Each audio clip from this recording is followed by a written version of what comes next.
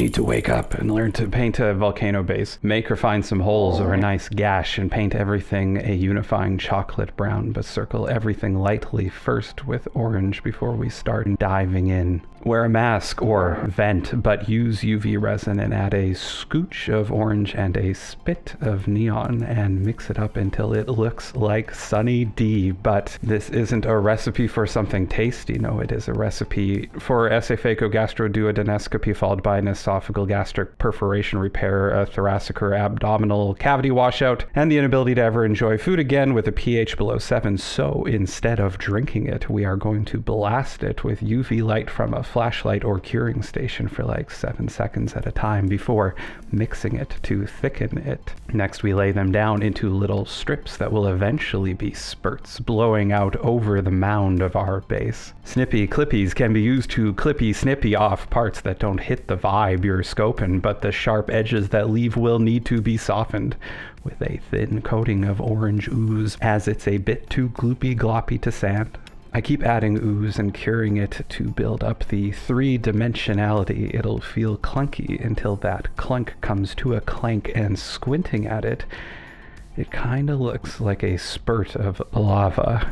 Finally, we take our shards of cheese meth and push them into the gashes and holes to look like they're bursting out before curing it all in place. Now, if there's parts that are lacking or need more spurt, you can cure your leftover resin even more where it's super thick. Stick it on and cure it upside down so gravity works with us. Let's hear it for gravity. Yay! Hell yeah, gravity. Wow! We love it.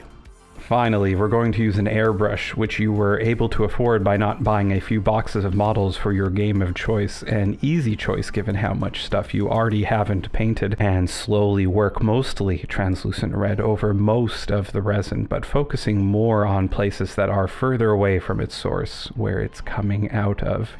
Lastly, we paint the rest of the base, but instead of losing the implied heat of the brown and all of the glow from the airbrushing, we're skipping the brush. We're going to use makeup brushes. I prefer Elf or Dollarama stuff because it's cheap. You don't need the good stuff because you're using them to make dolls look prettier, not to meet arbitrary beauty standards where the slightest mistake will get you called a slut or an ogre by a guy with the personal hygiene of a landfill seagull. But try to not get into the cracks and crevices. The brown and reds in there not getting filled in will sell the heat, though you can take a watered down black wash and hit the most shadowed areas to give it some contrast. Wow!